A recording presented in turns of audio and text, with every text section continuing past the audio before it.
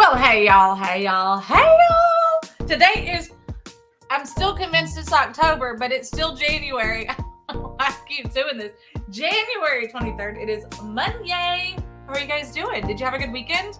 I had it was an okay weekend. It was okay weekend. As you guys know, my bug had his big baseball tryouts. It did not go according to plan, unfortunately, but he's actually in really good spirits. He goes, look, I didn't do a good job, so I didn't deserve to be on the team. However, mom and dad, being mom and dad, we completely disagreed. But he did better than several of the other kids that were trying out. But, it was a weird tryout situation. We've got questions that we want answers to. So, Dad's actually going to be taking the lead on that because it was some weird stuff that happened. Sports, unfortunately, especially that level, it's probably more political than what we do here in Austin or Washington, D.C. or anywhere else. So if you know somebody who is in sports at that level, just pray for them and their parents because they probably want to punch somebody or they probably paid way too much music. Why is there music playing? Simon, are there also little green men dancing around in your head? I don't hear any music. Simon, I want whatever coffee you're drinking, Simon. I don't hear any music. That's crazy.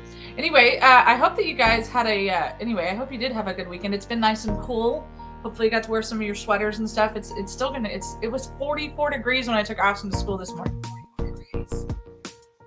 People in South Texas are not okay, but also we're mildly excited that we get to wear all of our cold weather gear. All first thing in the morning. It's the second that sun comes out, it's awful. Anyway, I hope you guys did have a good weekend. We have a lot of fun stories that we are going to be talking about today. I want to lead off, though. This is kind of one of my fun things. As you guys know, George Santos is one of our favorite stories to talk about here on Texas Fully Loaded. And I had the opportunity, but before I start there, I had the opportunity to be in bed, if you will, with Elise Stefanik a couple of times, and I didn't do what I needed to get towards them. One conference call that I had with her team was, well, you're just going to have to get on board with Kevin McCarthy, and until you do, nobody's going to pick you up, and X, Y, and Z, and you know what?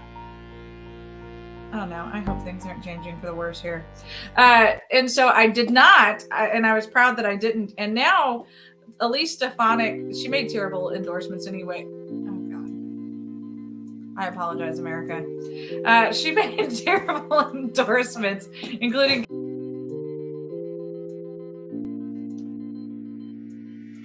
Hello, America. Do not adjust your TV sets. That is correct. You have the Bacon Master, and I have taken over the stream. If you have Miss Sandra Whitten in your dream, well, so be it. Go back to bed. Hello, Sandra. How are you doing, young lady? Well, I'm doing fantastic. What in the world was that? Well, Look, somebody else was hearing music too. I didn't hear any music until you put it on. That's right. I would like to let people know today is going to be safe and it's going to be all right because that's right. I have my new flavor. This is my new flavor. This is Screwball Coffee. That's right, folks. Screwball, duct tape, and a mouse.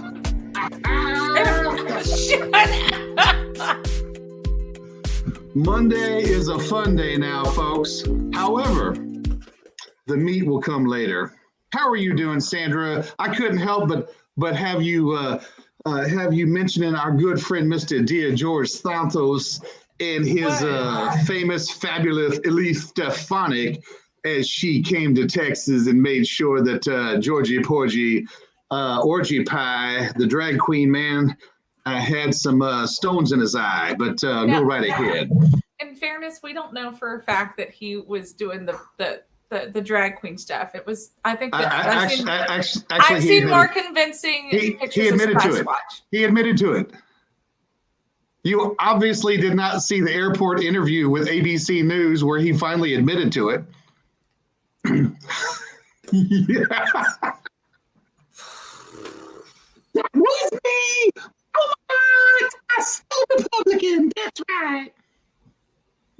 I missed that one. That's unfortunate. That is so unfortunate that I missed that. I'm going to have to go and find it on a commercial break now.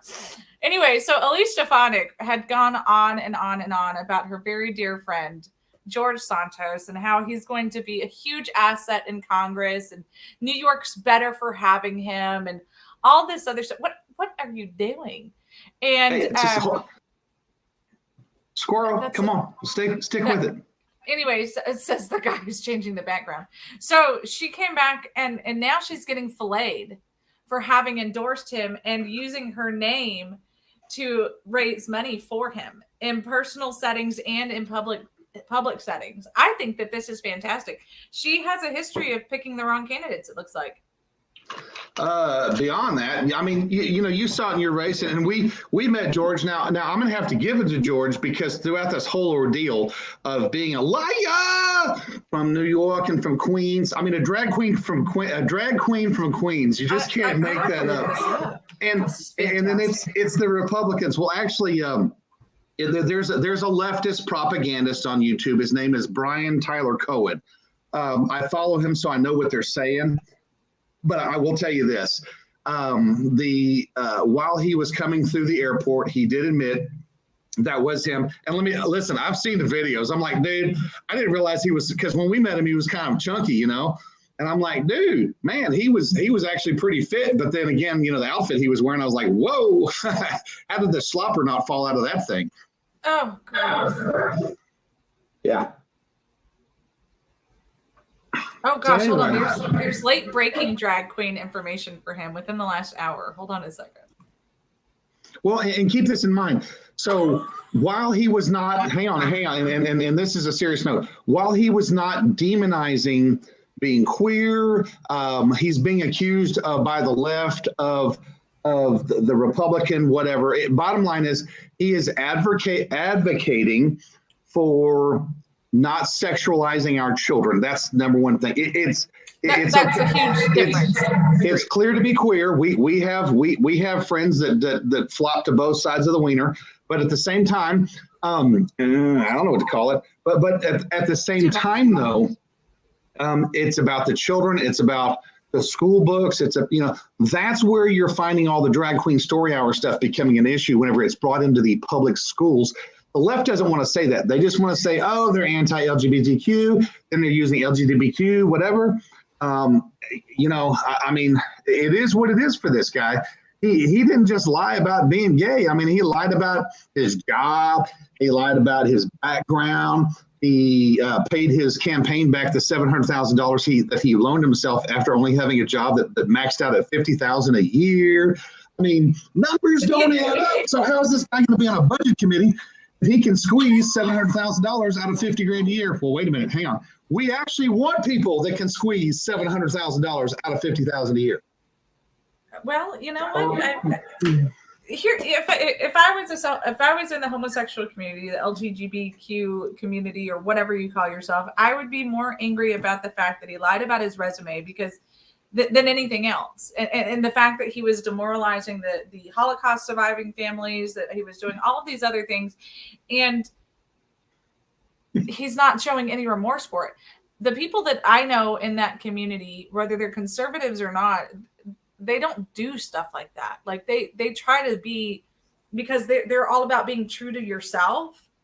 And all he's done is just done everything except for be true to himself and everybody else around him. And so I'm kind of a little bit upset. And you know what? The log cabin Republicans especially should be going after this fraud, and anybody who supported him and is not denouncing him, because I'm sorry, this is a slap in the face to those who are truly in the log cabin community, that are trying to be conservative. Shut up, Walter. That are trying to I hate you so much sometimes. That are sincere. Yes, they love somebody of the same gender. They're adults. They can do what they want to, but they still believe in the Republican Party platform. They still believe in lower taxes. They still believe in fiscal responsible government. They still believe in the Constitution. They still believe in all of these things. Simon wants a shot. Walter and I are fighting for control over here. But seriously, I mean, if you really stop and think about it, if we truly believe that we don't want to identify, we're not trying to identify anybody as anything. Like, this is where I'm a bit libertarian, I guess, because I don't want to be addressed as a white woman. I don't want my kids to be addressed as Hispanic people. I want to be addressed as American. The people that are supposedly in the same life, that are in the log cabin community, they shut up, Walter. They also be addressed as Americans, not as their sexual preference. I'm done with this. Put it back in the bottle. Put it back in the bottle. It won't fit. Oh my gosh. I thought you were trying to be serious. Yeah. And you know what? Sandra, you're so late. Oh, good Lord. Listen. No. You're exactly correct. But this just shows the average, and get rid of the Democrats on this one. This just shows the Republican Party, everybody, that you got lied to in your primaries. This is why primaries are important.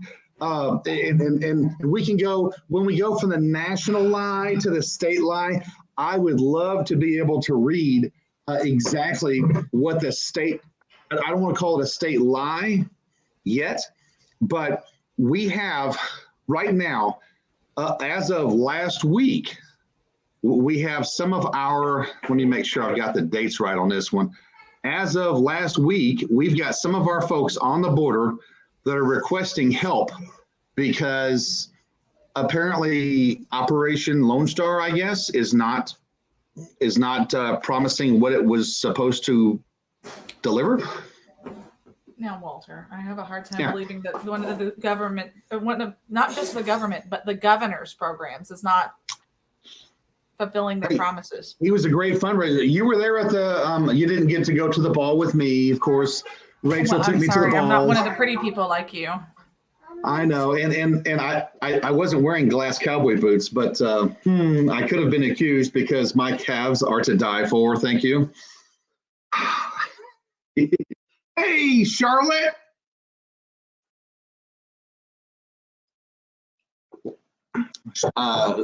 Sandra has muted herself. She is giving Charlotte the recipe for the tri-tip enchiladas that she is going to have to make for herself because her mom is such a white girl, she can't cook Hispanic food. I can't make the Hispanic food. No, we're having a chips argument. She thinks that when I get on the air, that means she gets whatever she wants, so that she won't bug me during the show when her dad and her big brother are in the other room. Now, man, the only adult in the room. Time for popcorn. She just made me shorter now. Yeah. So anyway, but no, we're finding out that the George Santos lie, and this is hysterical because he is surrounded by your former consultant, the one we had to fire because he wasn't producing, and the one that was telling you that you needed to lie. Well, and here's the other side. So it wasn't just him. It was also Ken Buck's former chief of staff, who then became Elise Stefanik's chief of staff. They're all wrapped up in the middle of this also. They're also the exact same people who told me that I needed to go along to get along so that I could get up there and make a difference. Because look at the difference that George and Elise are making right now. The laughing stock, and what's even funnier was Elise Stefanik gave the opening speech for Kevin McCarthy's nomination, and then quickly got beat down. So she's taken on some ranking, whatever, and but I think it woke up the Texans that gave them millions upon millions of dollars to the RNC. The three screaming Latinas went all over the country raising money in other cities. And did Texas see any of that? No, they didn't. We literally could have had an Adam Hinojosa for our state Senate down in 27 to take Lucio back. But now the fact that you still have a stronger Democrat household down there, it's going to make 2024 much harder, so much harder. You saw where the Republicans flipped over and they went for people like Henry Cuellar because, hey, it's a devil we know, as opposed to what in the hell did Republicans just give us? Talk about lipstick on a pig. They had to change a girl's last name and she didn't even speak Spanish. Well, and on top of that, she used to be married to a campaign consultant who everybody loves down there. But I mean, whenever you're a campaign consultant working for a U.S. senator that worked for a governor's race, that worked for this race, that worked for that race, and she was very sweet, it was obvious that whenever Fox News was creating those lives down there, whenever they put her on, they were literally just talking to Republicans.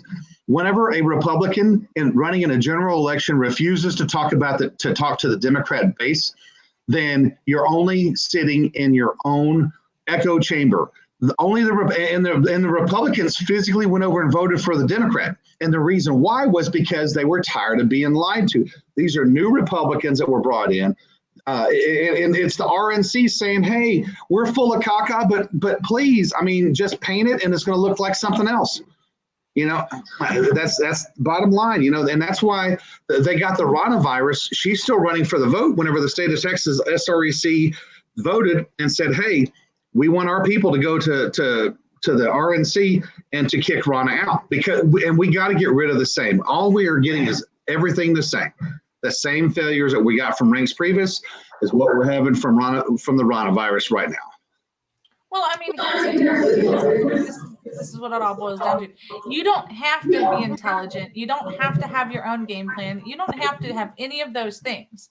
As long as you promise to go along to get along and stand there and look pretty and say exactly what they want you to say, that's all you have to do to run for Congress. Don't think that you need to be able to think for yourself. Don't think that you need to do the will of the people. Don't think any of that, because all of that is complete crap.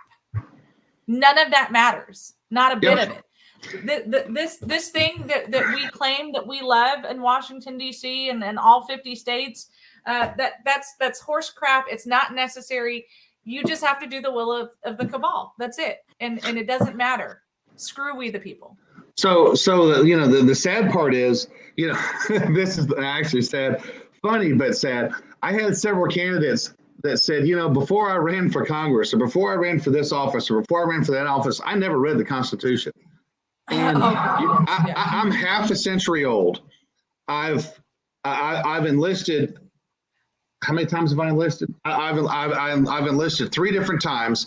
I have re-enlisted. I've sworn as a peace officer, a firefighter. Heck, somebody threw me up there as a medic on an ambulance, gonna defend the Constitution. I'm like, well, they don't even allow us to have guns. How am I going to do that? Throw an oxygen tank at them? But at the same time, all these ceremonies where people raise their hands. Hey, I became a precinct chair. I'm going to fight for the Constitution. And the first thing they do is throw out the BS of the we got to get along, or we got to go with the candidate that's got the most amount of money.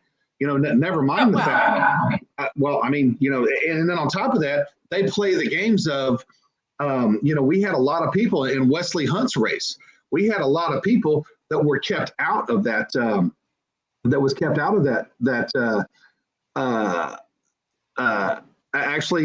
me see. I'm gonna throw this one up here. Ross Houston, Ross Huston. Left and right eye. Why raise money for them kids?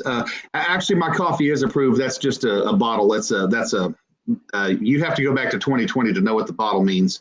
But it's actually real coffee. There is no whiskey in that thing, by the way. Totally a prop. However, look at the shenanigans that he is talking about, the demonic stuff in drag, all this kind of stuff that's going on. We physically need to get back to where the platform of the party. What has the Democrat Party come out with? Their platform is garbage. Their platform is demonic. What has the Republican Party platform brought out? It's Christian, it's God-based, but they got to stop beating religion over everybody. You got to stop demonizing whenever, you have to go to be a log cabin Republican. No, you don't. You can be a regular Republican. The log cabin Republican Party is not on anyone's ballot. The Democrat Communist Socialist Party is not on anyone's ballot. However, in the state of Texas, where to be a Democrat Socialist, it is against communist, it is against the law. No one's enforcing that law. And it was created by the Democrats themselves back in the 90s. Go figure. Well, here's the thing. So the new Republicans who are trying to take over the party, like your Cat Parks and your Pena Garzas and all of these people who Did you say Penis Garza? no, but that is Aaron, funny. Aaron, I'm sorry. Aaron was the one who was, you know what? I went to the inaugural ball, and what is one of the most fun things that I say as an icebreaker to people when I first meet them? Are you staying out of trouble?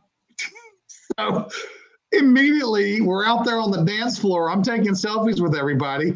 And I said, hey, man, are you staying out of trouble? And it was automatically, don't believe that BS, man. It's all lies. It's all lies.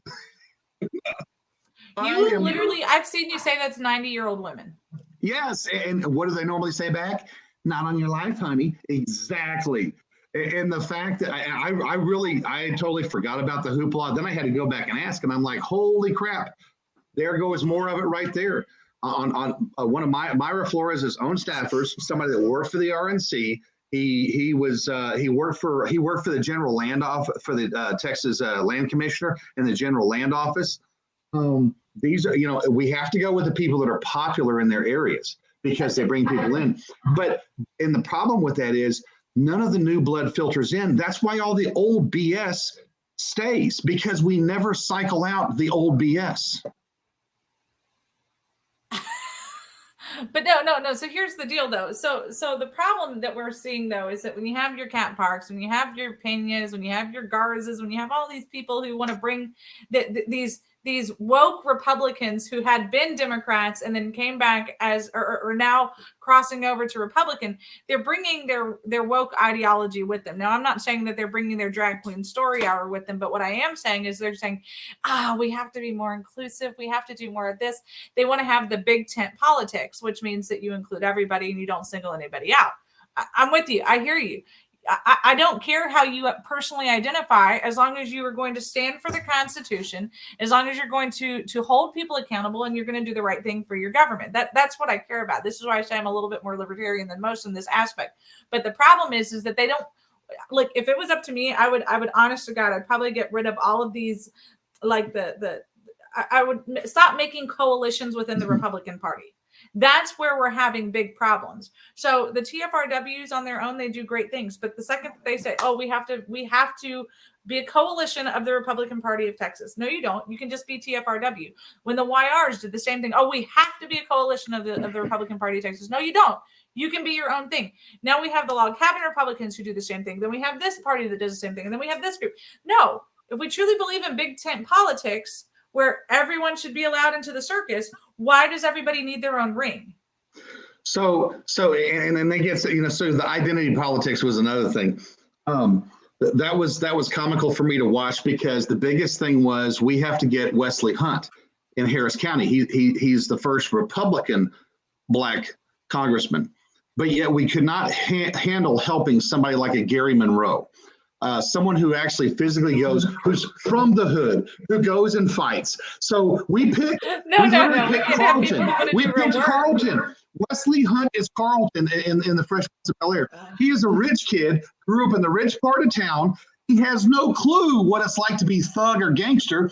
As a matter of fact, in those stupid videos that Dan Crenshaw put together, he's up there, he's trying to act like he's freaking Arnold Schwarzenegger. I'm like, dude, you cannot identify as Black even though your skin color is Black, because he's never lived in the culture. And we physically have people in Third Ward that are like, we're tired of Sheila Jackson Lee. Tired. But yet, what does Kevin McCarthy do? He comes down and makes a deal with Sheila Jackson Lee. He comes down, he literally comes down and just craps all over what the Republican Party of Harris County is doing. They fall in line because, they're political slaves. And so now we have a Black guy who is a Republican who came over, who is a true walkaway. As a matter of fact, the cool part about it is Blexit has finally been taken over by physical Black people. So actual Black Texans are in charge of Blexit now. It's no longer fake Hispanics or real Hispanics that are faking as Blacks, although the booty looks the same. It literally is some good activists in Texas.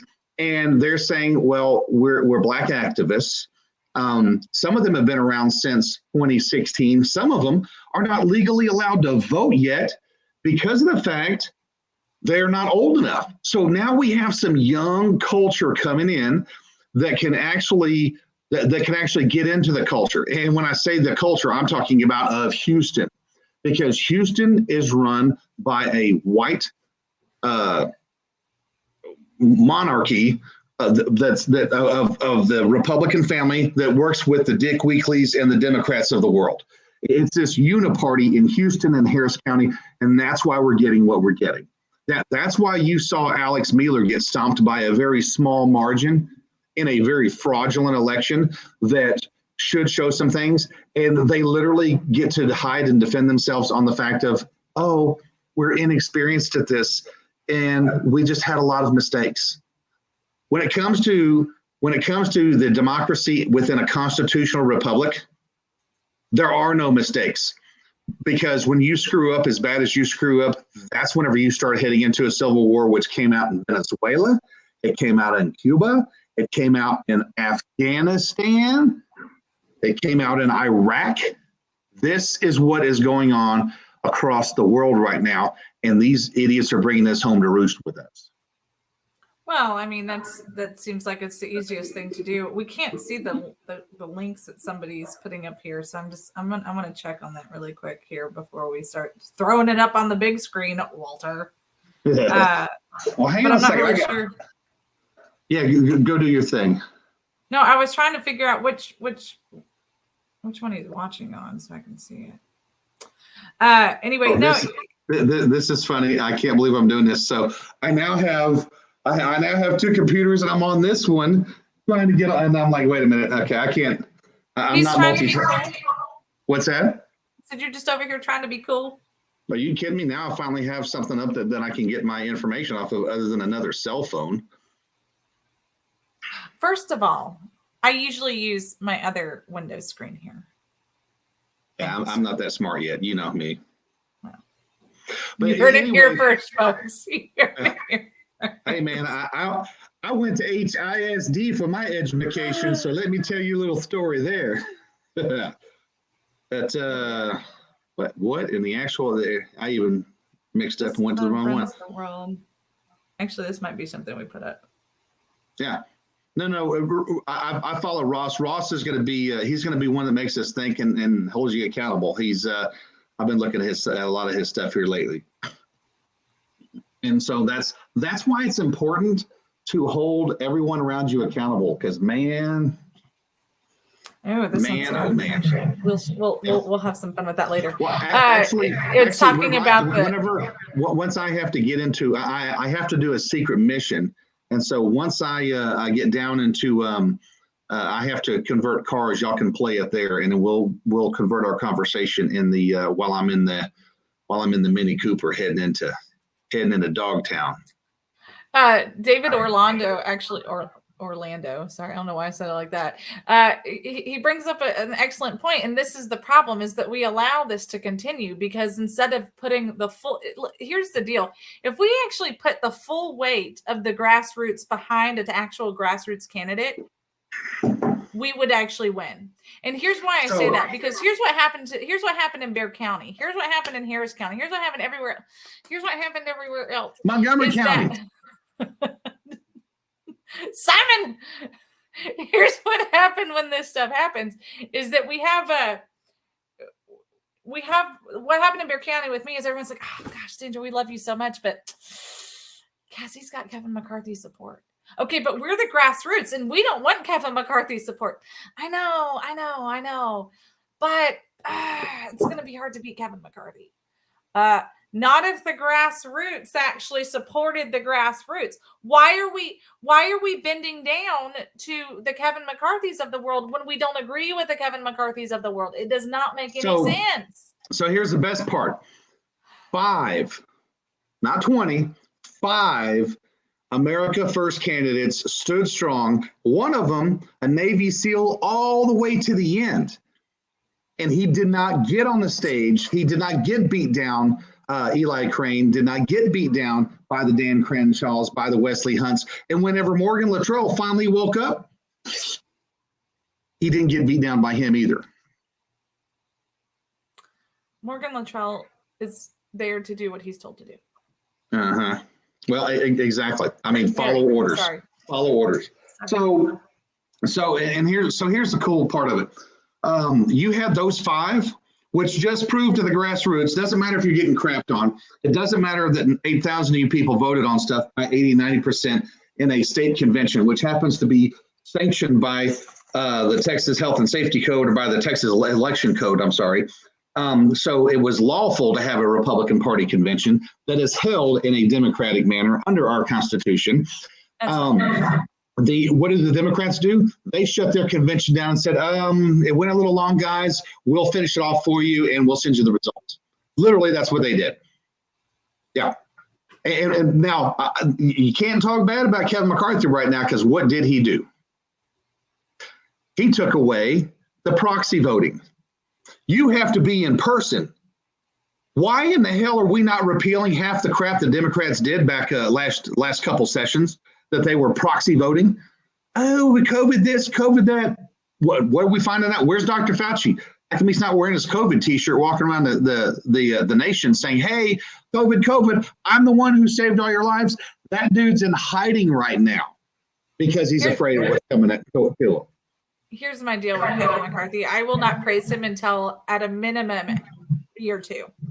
And here's why. Because right now he's the one who's like, look, see, I promised that I was going to do these things. Do you see, I'm doing them. See, this is my list of the things that I promised I was going to do so that I could become Speaker of the House. See, I did them. Yep. So actually, you know what? Simon is right. We need to. Yeah, Rachel's correct. You can't be retroactive. What the heck? Can you hear an echo? Yes. Because my iPhone just randomly came on. It's been over there lock screen, ready for me to get the heck out of Dodge. Hello, folks. That's right. It is the NSA. Are you sure that's what it was? Because I've heard an echo a couple of times because you don't have headphones in. Maybe. CFPR. No. Stop it. You know I hate that crap. Okay. I'm physically sitting in one part of my casa. I know. Over there, 20 feet away. I'm seeing this. My dog right now is going, "Where you at, Dad? Where you at, Dad? Where you at, Dad?" Poor Polly. And then Crusoe's up there wagging his tail like, ooh, they can even hear the breath. That's weird. So exactly. Run, Walter, run. Well, actually, you know what's going to happen? I think I'm going to have to run. That's funny. You do have to run because you were supposed to, you wouldn't stop talking and I got I have a table with my Houston ladies, and we are going to be discussing issues and problems upon the border that are still abounding.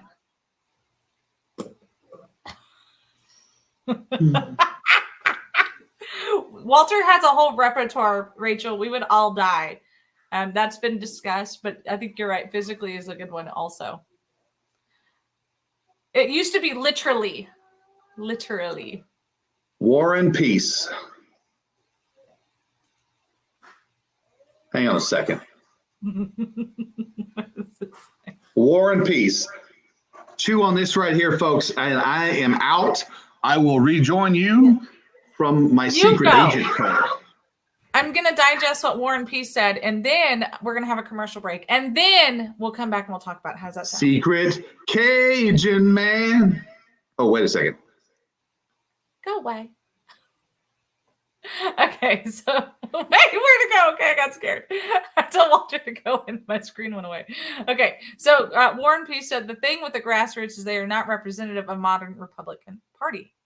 They are representative of true republicanism people call most modern Republican rhinos.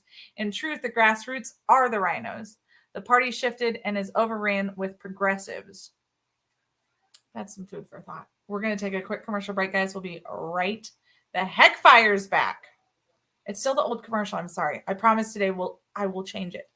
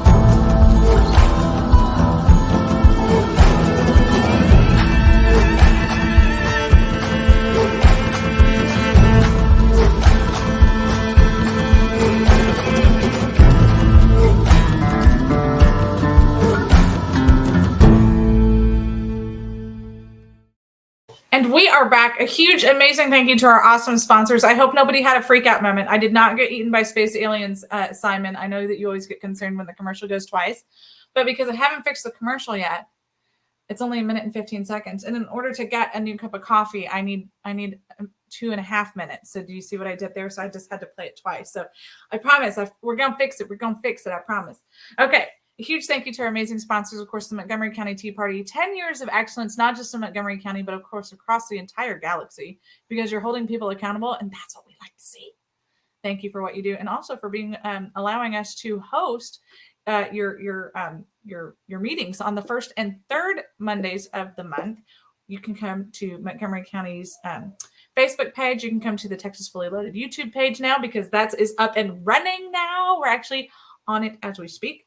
Well, no, I'm kidding. Walter lied to me. It's still on Bacon Nation only. I'll fix that too, because it is now there. It's just maybe not connected. Anyway, and then you can see what's happening in Montgomery County Tea Party if you can't be there in person. But of course, we'd love to see your smiling face. If you can be there, be there. Don't be square. Skyline Companies, of course, our dear friend Justin. We truly appreciate you, all of the hard work that you do. In the trucking industry, you're revolutionizing things, whether it's diesel mechanic work or it's logistics or anything in between. Or if you just want to sit down and have an actual conversation about what in the heck is happening with our ports, Justin's the man to talk to. He can sit down and break it down for you. And I still reel a little bit about some of the stuff that he tells me, because you think you know something until you realize that our ports are actually run like a Russian mafia. It's kind of weird, but also it's actually happening. So you definitely get with Justin. He's not just the man with a plan when it comes to logistics or diesel mechanic work. He's also the man with the plan for patriotism. So get with him, because you want a true patriot fighter in your corner. Of course, our dear friend Greg Parker's book, you can get them, all three of them, on Amazon.com. Type in it Gregory E. Parker. You can find his books. Definitely want to get them. I know what you're thinking, Sandra. It's too early to start thinking about Valentine's Day. But can you imagine? Look, get this book for your gal or your girl.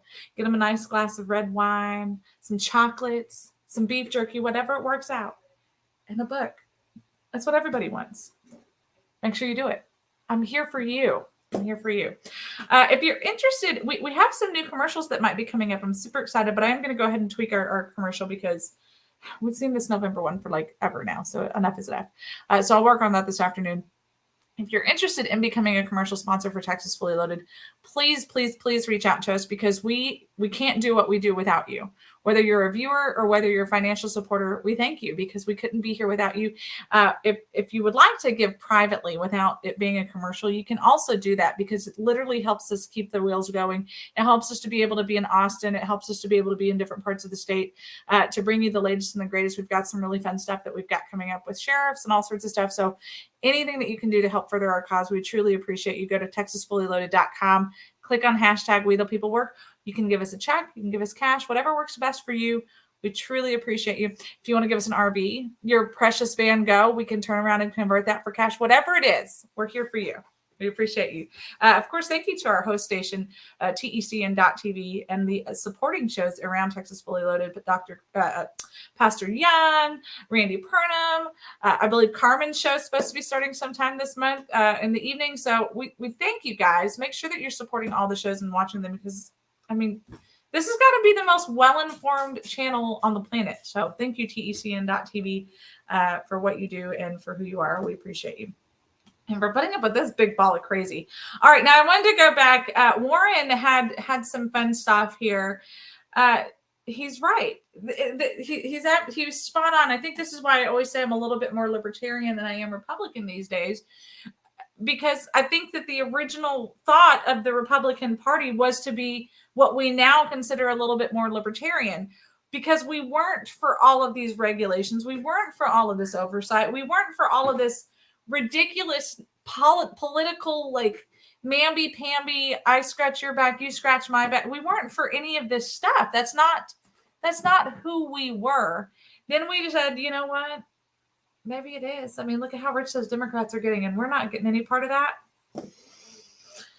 And I digress. And now maybe we are the rhinos, but that doesn't feel right, because I'm a rhino hunter. Because look, here's the deal. We are representing what the original platform was. these new Republicans, or these Republicans who have been in office for 900 years, looking at you, John Cornyn, they have taken on the mentality of the Democrats, and so they don't want to go anywhere. And so the best thing that they could do was flesh out the people who truly believed in our platform.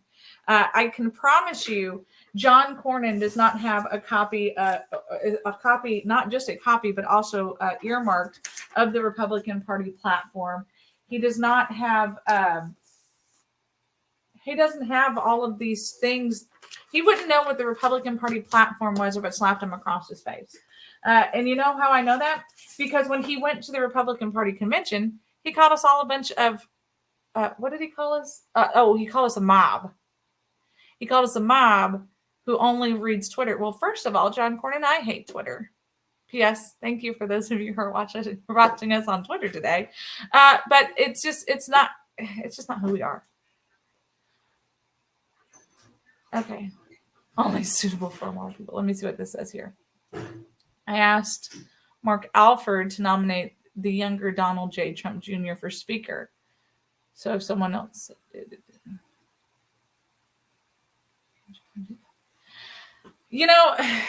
Here, what are my thoughts on this? He tossed the J6, the former president, under the bus. So why did he back him for Speaker?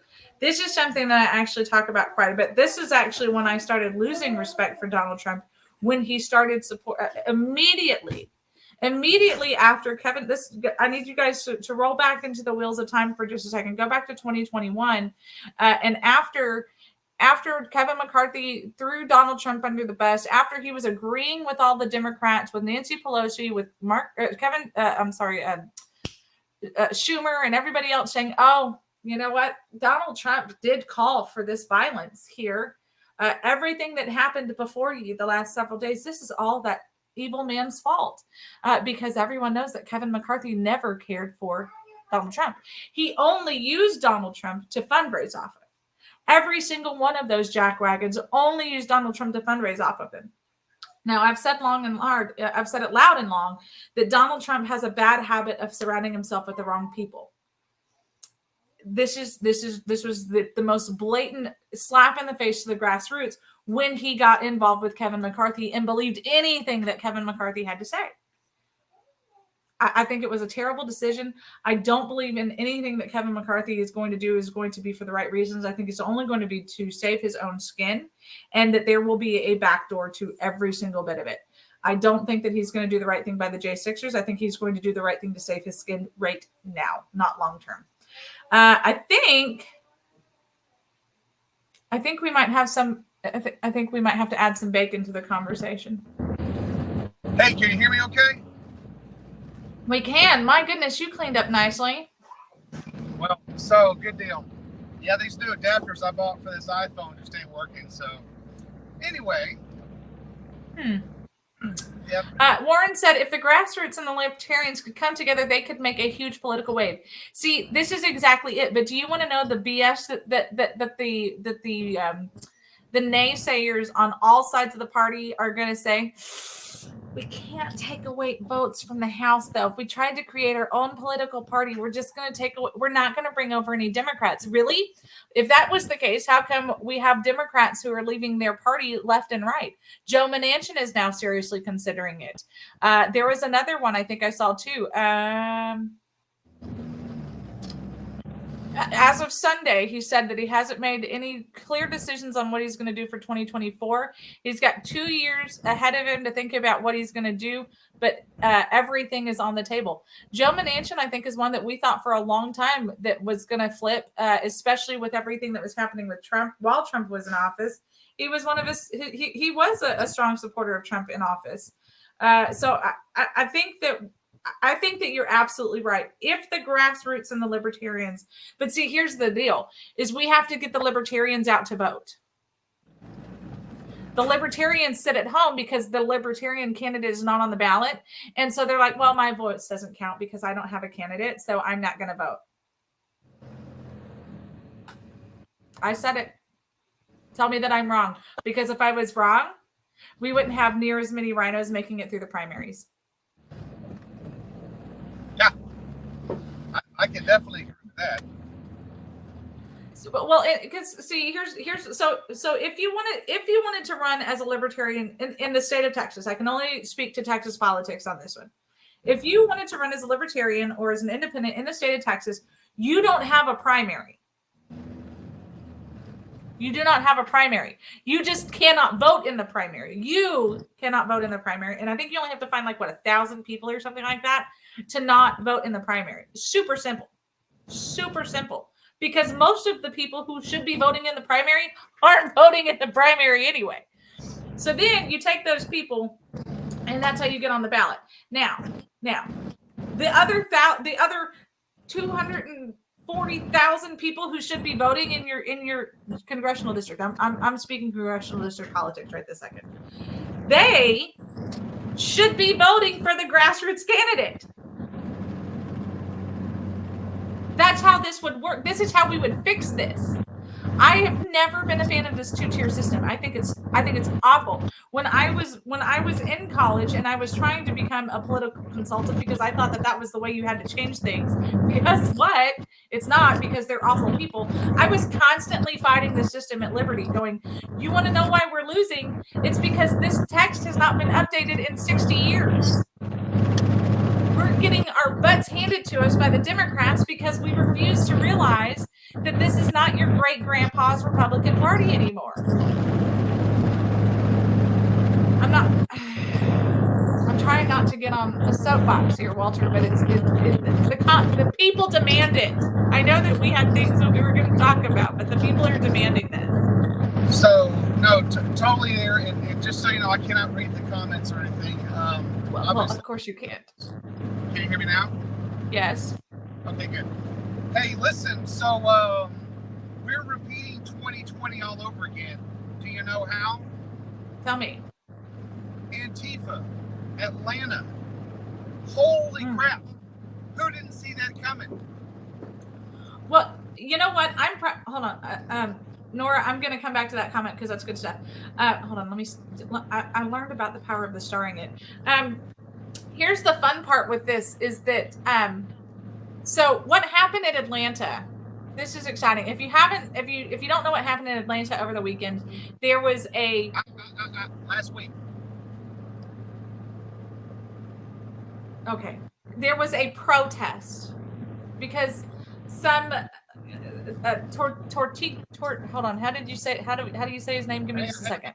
Hang on. So there has been an autonomous zone created in Atlanta months ago that is much like the Chaz in Seattle, Washington, is much like Portland, Oregon, is much like those areas of autonomy in Minneapolis and Los Angeles, in San Antonio, in Austin, in Dallas, and Houston. Although those areas are more homelessness in the Texas region, but when you look at Los Angeles, when you look at Seattle, and when you look at Minneapolis and Portland, these areas have been inundated with homelessness / Antifa mixed in. Now, they're not calling themselves Antifa while they're there, but they are calling them defenders of the forest. Did you hear that? Yeah. I've got some video of some of this happening while you're talking, Walter. Keep going. Okay, well, so it's a little distracting. I apologize. I'm driving and trying not to watch. But so what's going on in Atlanta is the police moved in to a forested area, a park, which will be repurposed for a police headquarters / training facility.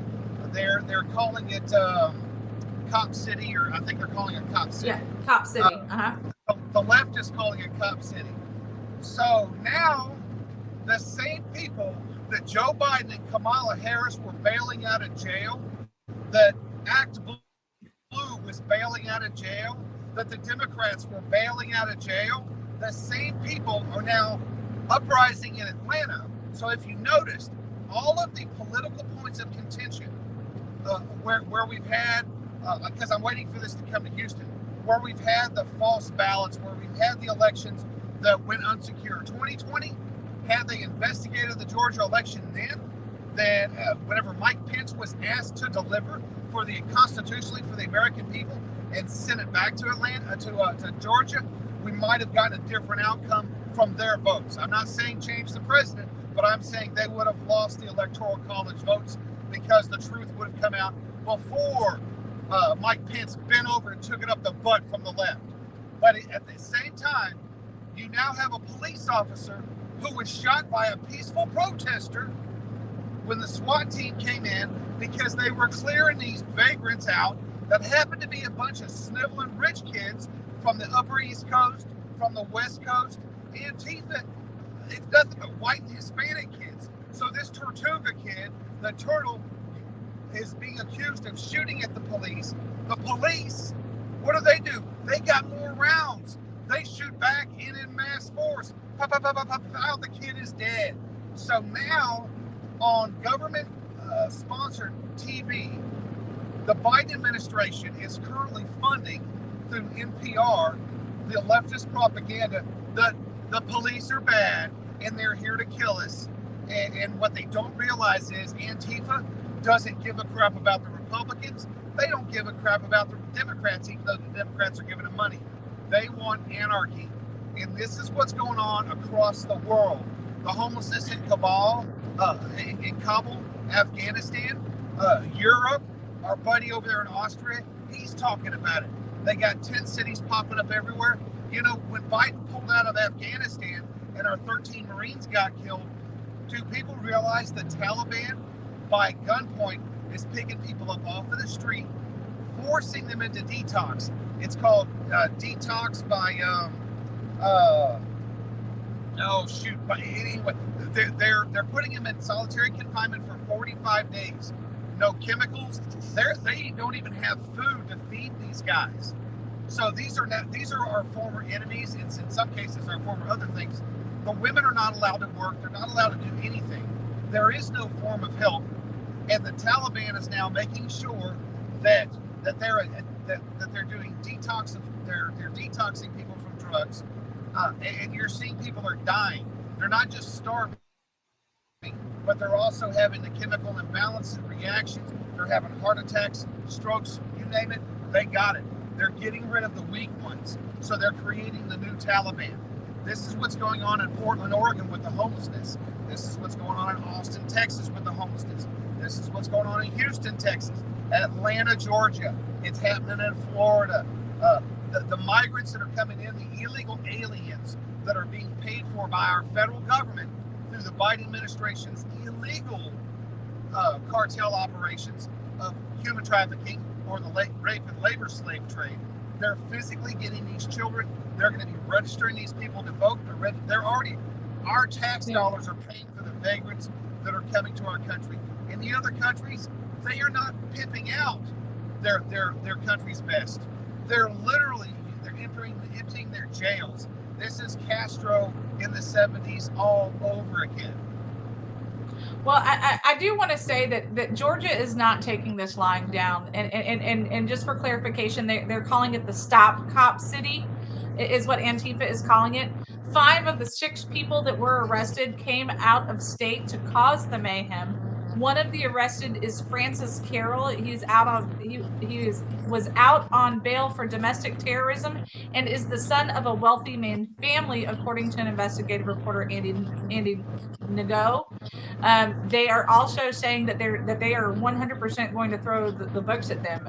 Georgia said, we're not going to play into this nonsense that the political narrative that's going on. So I'm excited. I think that Atlanta, that Georgia specifically, is actually going to do something about this because they're sick of this crap also. Really quick, I do want to say, Warren said, so basically you're saying libertarian voters are just as useless as the everyday Republican voter. No, because they're not getting out and voting. That's the problem. We have so many of them that are claiming that they're libertarians, but then they say, I'm not voting because my candidate's not on the ballot, or none of the candidates match my values, so I'm just not voting. If the libertarians would actually get up and vote, we could have a huge change in the whole entire demographic. If more people would get out and vote, the Republican and Democrat system would get flipped upside down. Period. So I wanted to come back on that really quick. Can you imagine if we had a liberty-minded candidate that would have beat John Cornyn in 2020? I don't know who they could have put up. I literally don't know who we could have put up in 2020 against John Cornyn. I mean, I see people like Dwayne Stovall who actually physically believe in liberty. Crazy concept. Crazy. There's a lot of really good comments that were just flooding in here. I'm actually having a hard time keeping up with all the good comments that were on here. You know, I'll imagine. Simon said, "Imagine Sandra and Walter decided to leave the U.S. and have to follow them to Greenland." You told him, Walter? Greenland. Didn't know we decided. Have you seen those ice caves they've got? The glamping with the igloos and stuff? I love Greenland. I've been there several times as a soldier. I'm ready to go back as a civilian now. All right, let's do it. A person who does not vote hold on. Warren says a person who doesn't vote is far less dangerous than an uneducated voter. Mass numbers of uneducated voters are what keep giving us the same garbage over and over again. I agree, but if the libertarian who is the educated voter would actually, or who is educated, would go and vote. This is why primaries are the most important vote. Stop demonizing the libertarian, Sandra. No, I'm with.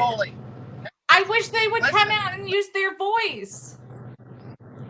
Do you know how many Democrats, voters, could have come over with the Republican Party had the Republicans not created the fraud that they created with their candidates? Yes. But if the libertarians who don't have to vote in a primary would come and vote for the grassroots candidates in the primaries, because they see them, they know who they are, because they're following this stuff. Libertarians probably follow this stuff far greater than most Republicans, including most grassroots Republicans. I have had conversations, and you have also, Walter, with more libertarians who know what's actually going on both sides of the parties, on all parties, because they're paying attention. And then they go, I'm not going out and voting for any of this BS.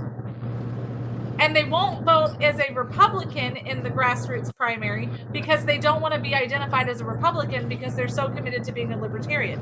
I feel you. I do. I 100% do. But if we don't stop this, you have the power in Texas, since we don't have a closed primary. Hopefully that changes. Maybe, hopefully that changes. If we have the power to change this by having the libertarians come out and vote in the primaries as actual educated voters because they are more educated than your common voter, we would not be in this crisis that we're in right now. True story. True story. Apparently Trump is buying Greenland. I didn't know that. Apparently what? Simon said that Trump is going to buy Greenland, so that's why we're going there. It still gets a little cold up there. Warren said most of the libertarians that he knows will vote in the primaries. They won't vote for the lesser of two evils. And to that extent, there are some, but there are still not enough. And we need them to sink into their libertarian brothers and sisters and say, please vote in the primaries. Because our primary is so undervoted. You know what? I'm going to have to agree with Warren right there. Here's what I'm agreeing with. Voting for the lesser of two evils is still voting for evil. That's why we got to put up, even if we can't get him elected. Look at Mark Gullaby. I didn't have to waste a vote because Mark Gullaby was the most Republican person on the general ballot in 2022. Well, and that's exactly it. See, but there's such a narrative out there, and that's where we're losing to a narrative, and that's why Walter and I and John and Rachel and so many of us have said we've got to break this narrative. We cannot continue to allow this narrative to be what it is. And that's why when they came down here, when DC came down here knocking on our door, I said, I'm not going to go with what you want me to say, because that's not what the issues are. And they didn't like that. They wanted me to just stand there and be like, so as you can see, we have a wall. And I mean, it was stupid. It was absolutely dumb, because that's not what, let's talk about this. Let's talk about this wall. Let's talk about the lack of wall. Let's talk about the gap in the wall. Let's talk about the lack of the wall between here and El Paso. Like, let's have those conversations. But they don't want to have those conversations. But I really feel like the libertarian spirit is very much the grassroots Republican spirit. We just need to band together. And that's how we could take back the GOP. The greater Danny party. What? The guardians of patriotism. Oh, God. Hello. Oops. There I am, swerving in the number 1 lane with the sheriff's department right behind me. Woo! Hey, read that to me. I can't read it. Well, quit talking so I can. Danny Mayer says, treason, sedition, and many other crimes committed by our top government officials in this state. Broken oath crimes against we the people. The government is corrupt and all systems are failing our country. Only arrest of these criminals and their minions will truly set us straight. It's time God, family, and country folks apply the full force of the founding documents, true American actions. He also says mass arrests of politicians who are guilty in public records, high crimes against us have broken their oath. Oh, I see. It was one. Okay, I apologize. It's America. They vote to bring. They aren't bringing in illegals to vote. Wake up. They've got. This is from Nora McCain. Illegals are our replacement. This is why they aren't mandated to take a vax. Not to mention that they are collapsing the fiat currency to bring in digital currency that will enslave each and every single one of us educated voters.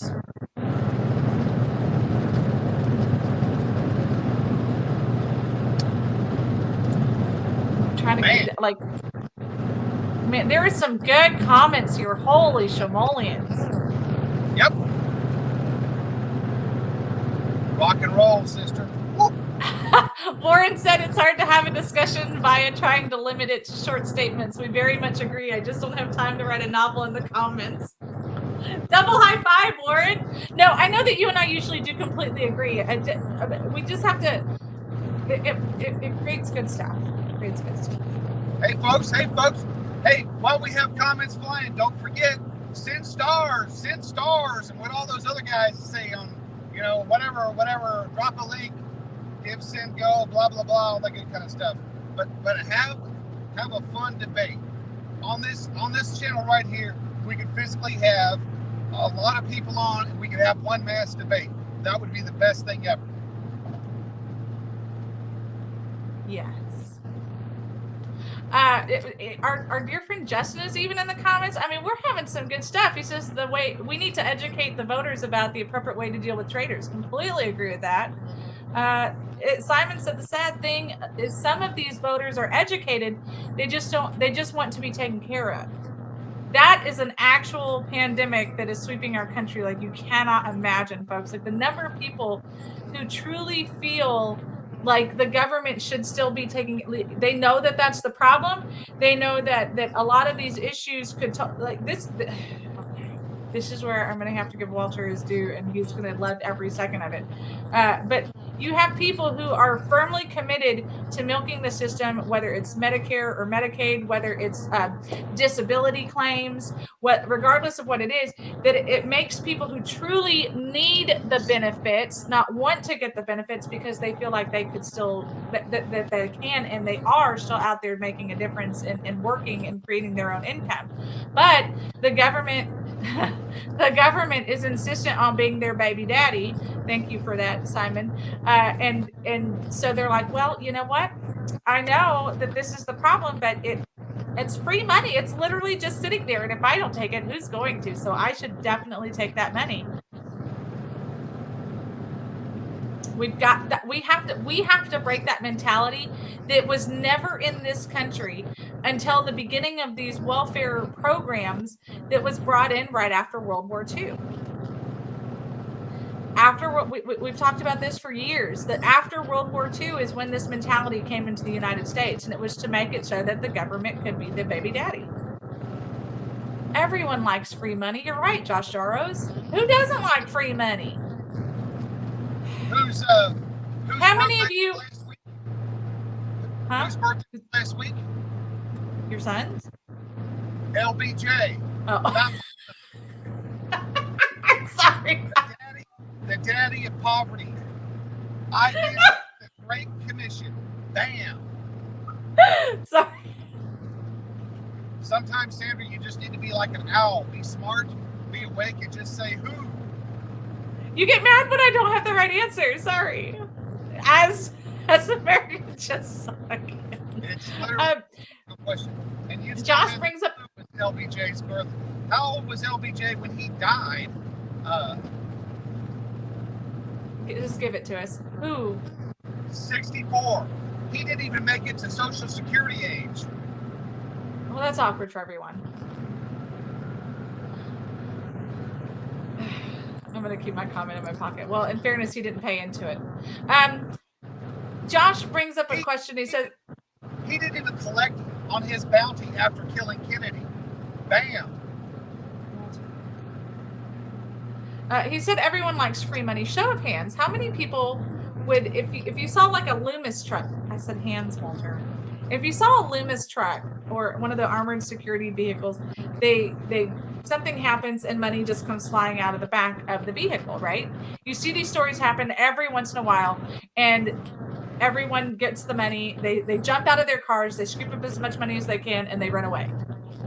But the thing is like there's cameras all over these cars, so it's not. I mean, like people, you're gonna get caught. Okay, you're gonna get caught. But the number of people that do that kind of stuff is it's sad. And so when people do find $2,000 on the side of the road, and they turn it in, and you know, people are shocked when they're like, I would never do that. I'd keep that money. I remember. I'm going to tell on myself just a little bit. I was in McAllen, February of 2020, was it, Walter, that I ran over that car's bumper? You ran over what? Remember, I hit that car in the parking lot of the mall? Oh yeah, the Chinese people. The Chinese people, and it was totally. It was an innocent accident. It wasn't anything. I sat in that parking lot for almost 2 hours waiting for the people to come out. I called the cops, the whole shebang. The number of people that came up to me and said, you should have just ran, I would have, was unbelievable. Hey, and what happened with all that? The insurance ended up taking care of it. I didn't have to pay anything. My insurance didn't go up. It was totally a minor incident. The hardest part was that we were having to use Google Translate. The cops and I were having to use Google Translate to speak to the people. They were on vacation or something. Sandra, I saw the pictures. You ripped the front end off of that car and nobody had to pay for it. That should tell you, all the people coming up say you should have ran. You stayed and played. And you still didn't have to pay. Well, I mean, first of all, it wasn't. If somebody, what kind of crap person are you? Hey, it was Chinese cartel members. They had all the money in the world because they probably had fentanyl in their back bumper.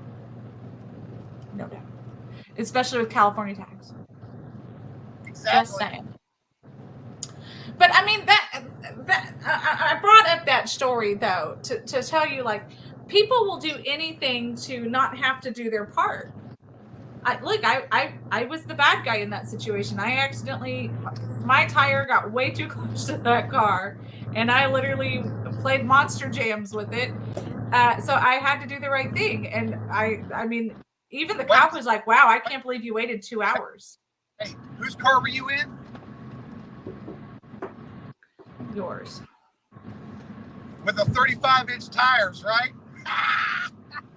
That's why I tell people, drive above the traffic. You know what? It was an Audi, and I had always wanted an Audi until that moment. And now I'm like, you know what? No. And the only thing that touched it was your rubber. That's it. The rubber tires peeled that puppy apart. It did. Like, and honestly, like, I didn't even realize it wasn't until I heard a drag when I was coming out of this that I heard their bumper dragging. She was like, wow, that's a weird feeling, speed bump. That's exactly what I said. Free money. Like, that's like a child's ideology. Like when I was 5 years old and didn't have money, I thought you could just write a check. The number of times my kids are like, hey, look, you have cards. Like, just use one of these. That's exactly right. Woo! Sorry, I'm I love doing the speed demon through downtown Houston. We call this #winning. We should always do the right thing, even when nobody's watching. I told people, like this one lady, she came and she talked to me for a little while, and it was kind of funny because she, you could tell she was not originally from McAllen. I'll just say it like that. And she was just like, she's like, I just can't believe that you're sticking around. Like, I would have done left and blah, blah, blah, blah. And I was like, all right, let me just break it to you really simple. I said, number one, that's just not who I am as a person. I said, number two, my husband's a federal law enforcement officer. Like, that is an absolutely no-no. And number three, I'm running for office. If you don't think for 1 second that would get used against me, you have lost your mind. I'm going to do the right thing because number one, it's the right thing to do. And did you see the other 3 reasons on why this would be catastrophic for me? Prove this out, Sandra. You did it because you didn't want to be a George Santos. Ah! And not just the drag queen part. They call that drag queen truck, monster truck parking lot derby. Ross, I want to talk to you. So Ross has been putting comments in here about the We Build the Wall situation and Steve Bannon. I can't stand Steve Bannon. I don't watch his show. I think that he's a fraud. I think he's an awful human being. I do not like him. He may have people that come on his show and put out some facts. He has a lot of people on his show that I wouldn't pay a nickel to listen to speak to, let alone the astronomical amount of money that some of these grifters use to come on his show.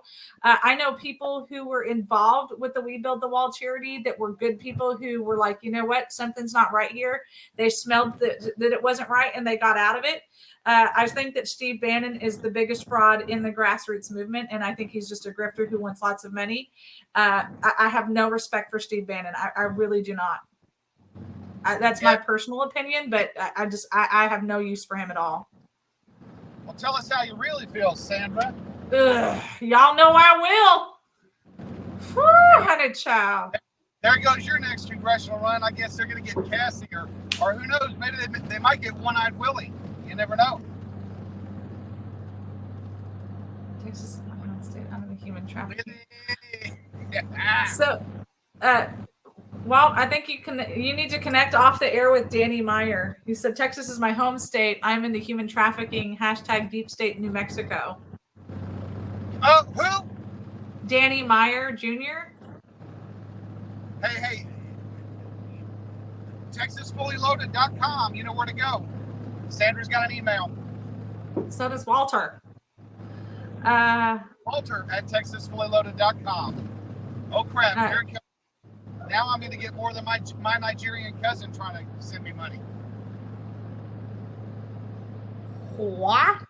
That white... Hold on. This is not from Danny. Who is this?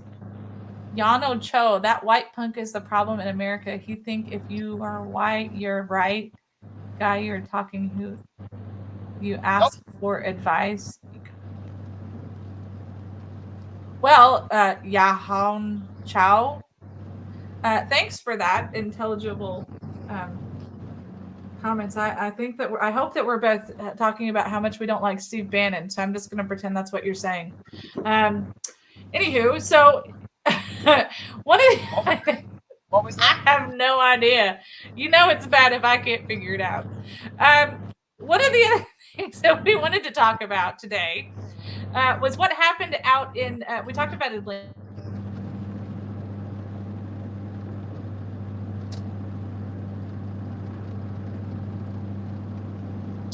So, as you guys may have heard or not, yesterday there was a shooting in Monterey Park, California, where at the minimum 10 people were killed. He is the racist guy you are talking to. Who's the racist guy? Is Walter the racist guy? Oh, that's funny. This will be fun. Oh, I think it's another one of your oh man. You know what? Yang whatever Chow. I'm not even going to waste any time on you because there are plenty of people in this feed that will set you straight. So congratulations. Merry Christmas. Monterey Park left at least 10 people dead, at least 10 more injured when they were celebrating the Lunar New Year. Now, what the sad thing about this is this is actually, it looks like the shooter was targeting his ex-wife, and it just went crazy from there. Now, here's where it gets really fun, is that because we have so many of our amazing Democrat representatives who just love to, they're just so informed and so educated. Chuck Schumer came on and said we have to stand up to the bigotry and hate wherever they rear their ugly heads. We must keep working to stop gun violence. Adam Schiff came back and said it's a horrific example of needless gun violence with bigotry towards the Asian American Pacific Islanders. This is a possible motive. The Stop Asian Hate was a huge tweet, all started by the Democrats. Now, the fun part, as I mentioned, it appears that it was an Asian man who was going after his Asian ex-wife, and it was a domestic dispute issue because there was a history of domestic violence in this relationship. So who exactly was the Stop Asian Hate directed at? Chuck Schumer and Adam Schiff? Oh, wow. This young child is going after you hard, Walter. What's that? This guy, Yono Chow, he's calling you fat scum. I don't know who the hell this guy is, but you better hop up off it. He called you fat scum now. He's calling me what? He's calling me what? Fat scum. Yeah, well, he's ugly, and I can lose weight. That seems legitimate. Justin told you to get him, Walter. We're all waiting. Clearly, this guy is, you know what? He's probably one of you know what? It could be. Never mind. I'm not going to fling mud. This guy's apparently uneducated and has no idea what the hell he's talking about. So, enjoy yourself. You must live a very lonely life. Anyway, so back onto the Monterey shootings. You know, anytime there's a loss of life situation, it's a sad situation. My favorite, though, is that the Democrats immediately came on assuming that it was a white person who just came in shooting Asian people. Hey, what time you got, Sandra? It is 11:21. Yes! You're going to be on time. I'm proud of you. Well, we're going to find out soon enough. Oh, or are you getting into the belly of the beast where you're going to run into traffic? Anywho, so I that idiot. Okay.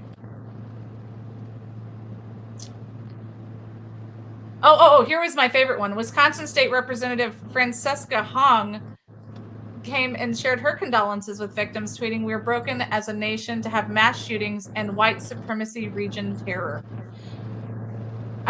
This happened in Southern California. Wait a second. Was this Chinese guy a white supremacist too? Maybe he identified as a white supremacist.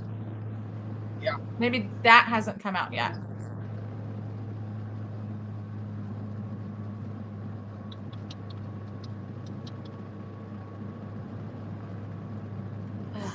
Anyway.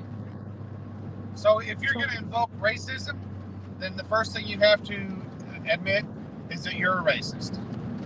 Well, what's that? You know, I hate Michael Jackson, but what's that song, Man in a Mirror?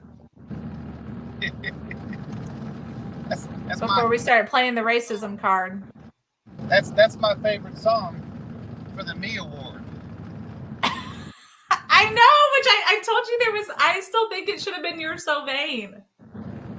Yeah, well, You're Such a Moron is more like it. Well, that's always an option.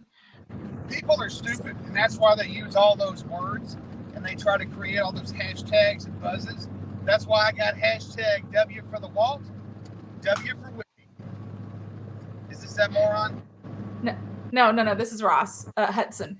He said, so why is Steve Bannon have that guy on a boat who looks like he is Chinese? Has he been compromised also? What are your thoughts? Do you think he has been also? Have we been played? Yes. Well, and you know, that's actually a hard place to be, because where the wall was actually built, you know, I almost got arrested by the Mexican authorities for accidentally walking into Mexico when there was no wall right there. People think there's a river all along the border in Texas, and that's not the case. You actually have to cross the river and to go to where the wall is, and you're physically on land, and you're still in Texas.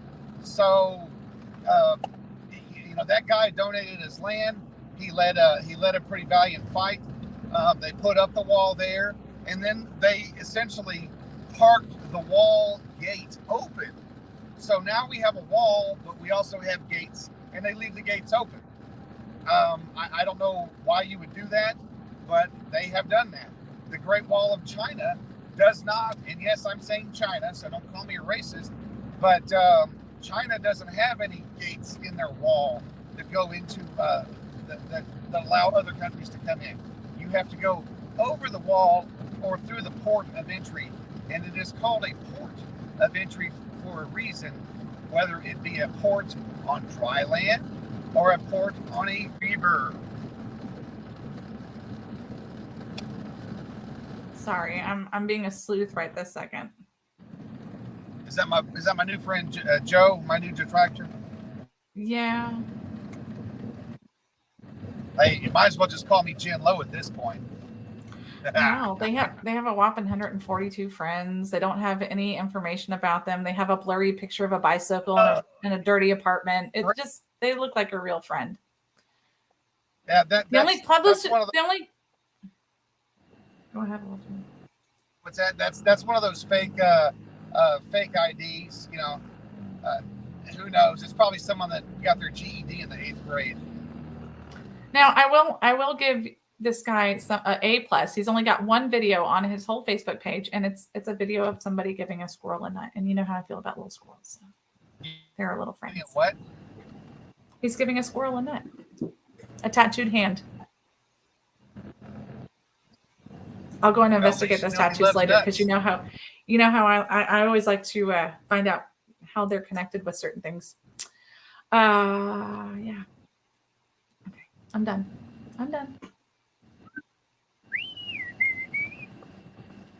Yeah. Is there any chance it's a blind squirrel that Beto rescued? Say that again. Warren P said, any chance it's a blind squirrel Beto rescued? It's possible. It is possible. You know what, Rachel? You're right. We did find our common ground. And you know me, I'm constantly on the look for how we can find something that we have in common, and then we can grow. We both love squirrels. Meow. I don't have any tattoos on my hand, but Charlotte loves to draw on my hand with markers, so maybe. That's all I got. Wait, this would. It's a literal squirrel moment. This wouldn't be Joe. This wouldn't be one of Joe Biden's accounts or even Hunter Biden's accounts, is it? This guy's not in his underwear smoking a crack pipe, is he? No, he's wearing a jacket with tattoos covering his hand, and he's feeding a squirrel a nut. And the squirrel runs away after he takes the nut. Danny said to protect my temple.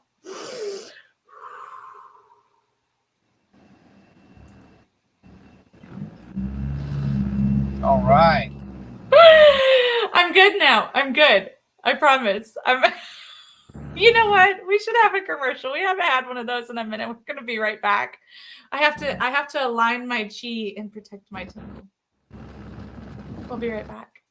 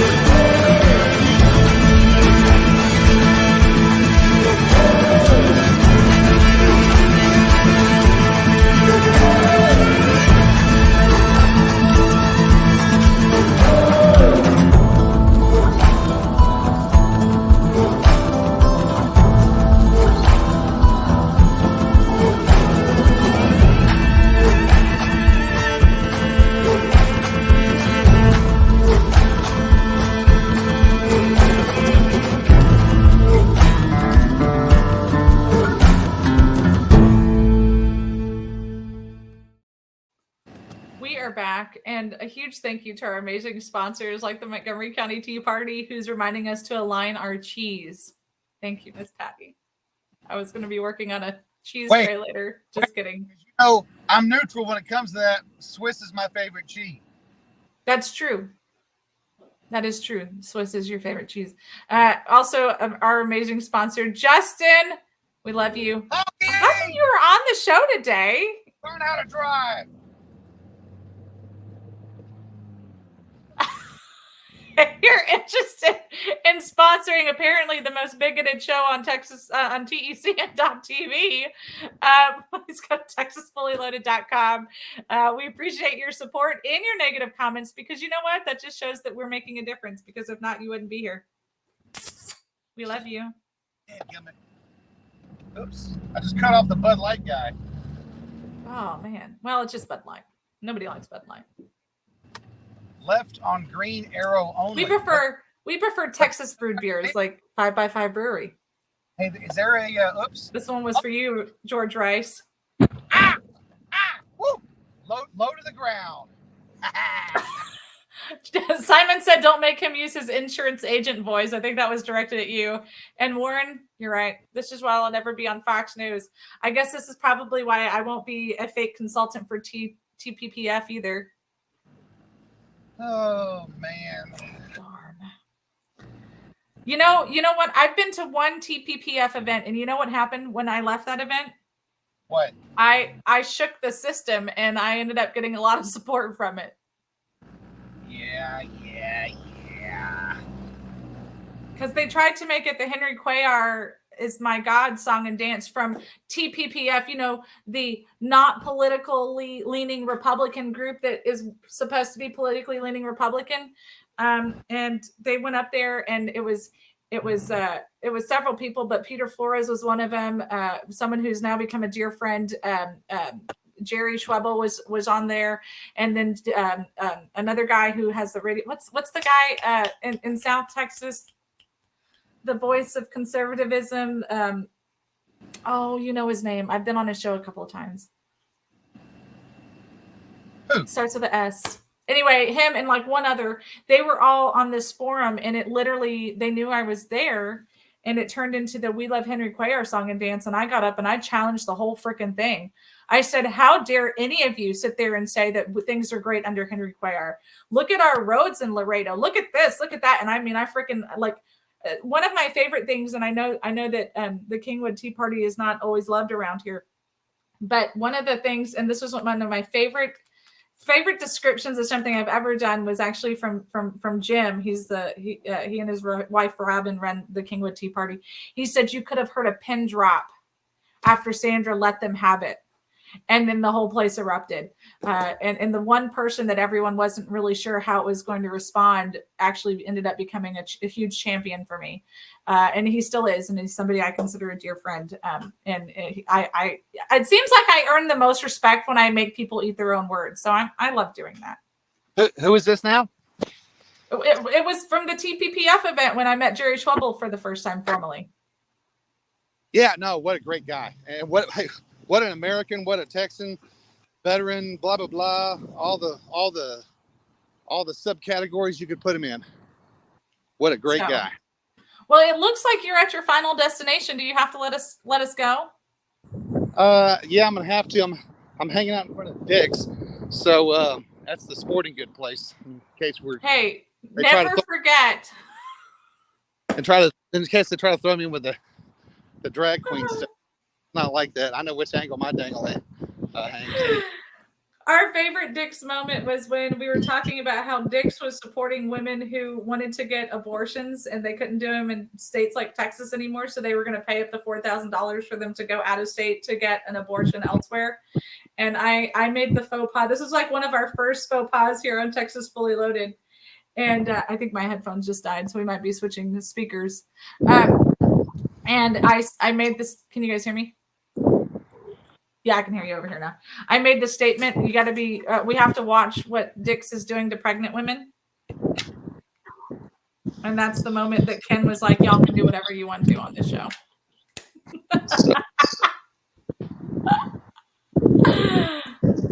Bye, Joe. Bye, Joe. Bye, Walter. Danny, how do you want me to vet you? Once the people have our power back, maybe then. Something big is coming. All right, Danny. You want me to vet you? Okay. Well, I would also like to know. So we'll talk off the air. How does that sound? Separation of church and state was an attack. An attack on what exactly? If you okay, so Ross has been putting in the comments, I believe he's on the Sandra for Texas page, I think is where I saw him. He's been putting up stuff about, different things that's happening, some of more of the deep state conspiracies and stuff, not necessarily anything that I don't disagree with, although I haven't looked at everything that you've put up. But this one, it says, do you support separation of church and state? And how did this happen in our Congress? The transcript of Pope Francis' speech to Congress. It looks like that was in 2015. And then Danny says separation of church and state was an attack. Our fabric and I assume on our fabric and foundation. Here's the deal is that the separation of church and state, if you know the founding fathers, if you even look back and you look at what Thomas Jefferson wrote to the First Baptist Church on Danbury Street, you see what the purpose of the separation of church and state was for. It was to literally stop the government from being able to rule the people through the church and vice versa, allowing the church to rule the government. Because what happened is that they saw what was happening in Rome. They saw how what was happening in England. They saw what was happening all over the world with the church as the superpower. They weren't saying that they were removing God from government. They were saying or removing government from God. What they were saying is that you cannot. So here's some of the things that were happening, right? For example, in the early founding of our country, you could not vote unless you were a landowner and you were a member of the church. Which meant that you had to, and their view on membership of the church is far different than what we view it as now. So you had to make sure that you were tithing your X amount. You had to make sure that you were involved in doing X, Y, and Z. Like there was all of these rules that made you considered a member of the church. And so they said this isn't how this is supposed to be. We're supposed to be different than everybody else. So we can't say we're leaving England because we disagree with what England's doing. And we see what's happening with the Church of England, and they are using the church, and they're saying, look, if you don't agree with what the government's doing here, God may not be okay with you. And you may not make it into heaven if you don't agree with what the government's doing. We saw that all over throughout history, right? We saw it happen in Rome. We saw it happen in Greece. We saw it happening all over. And so they said, look, this isn't the way that this is supposed to be. We can't allow the government to get in bed with the bishops and with the hierarchy of the church to come up with a scheme to have this play out in our government and in our world. Like that was the purpose of the separation of church and state. One of my favorite examples to show how it kind of worked is if you go back and you watch Robin Hood, Prince of Thieves, or you go back and watch the Three Musketeers or stuff, you see that marriage of corrupt government and corrupt hierarchy in church. And you see where the founding fathers also saw that, and they said, see, this is what we don't want to happen, because this isn't going to work out. All of the members, not all, the vast majority of the signers of the Constitution, the vast majority of the people who were the founding fathers, all were 100% God-fearing, loving, worshiping men. We know that because of the things that they wrote. We know that because of the things that they said. We know that because of how they inspired their other men. It was 100% to keep, to keep the people who do evil things separate. That's what it was for. It was never to remove God from government. It was never to remove government from God, because government is founded by God. Okay, that is plain and simple.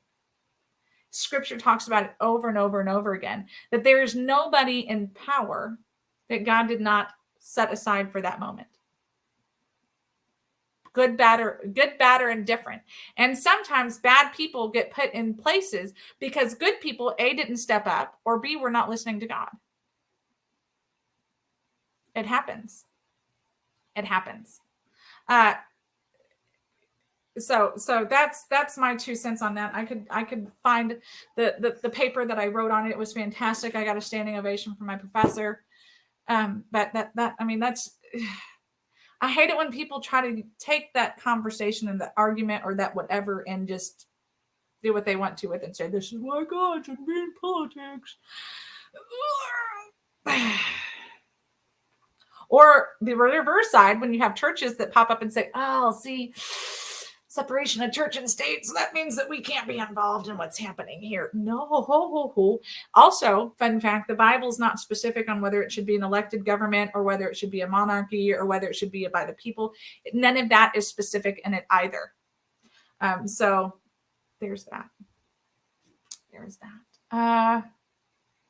Because if you look back at the Book of Kings, both books of Kings, look back at the history in our Bible.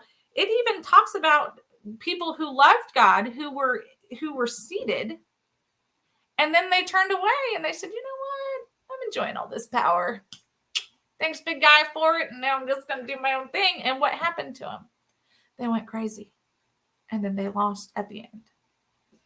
It happens. It happens, which is also why term limits is the thing, why I'm against a monarchy, because you don't have term limits with a monarchy, which is why we should have term limits in our in our Congress and in our Senate. Boom.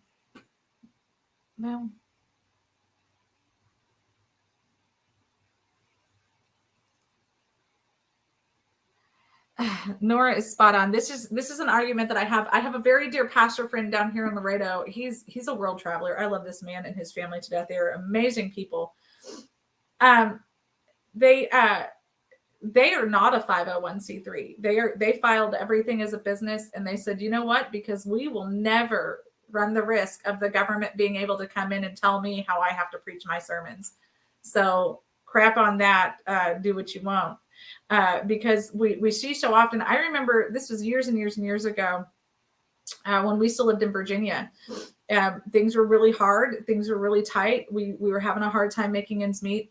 We were $50 short of qualifying for any kind of assistance from the state. So they said that the welfare workers said to me, why don't you quit your job? You don't even have to quit both of them. Just quit one of them, and the benefits will far outweigh what you're making at your job. This is what the system was telling me. This was 15. Also be 15. This is almost 16 years ago. But the story hasn't changed. They still do this. They said just quit your job, or if you don't want to quit your job because I get it, you're a strong, independent woman, just get a divorce on paper. And then you'll get even more benefits. And then your husband can still live at the house. Like everything can be normal. You just on paper, you have a divorce, you see? And the state will step in and you'll get more benefits than you know what to do with. Talk about creating a dependency state.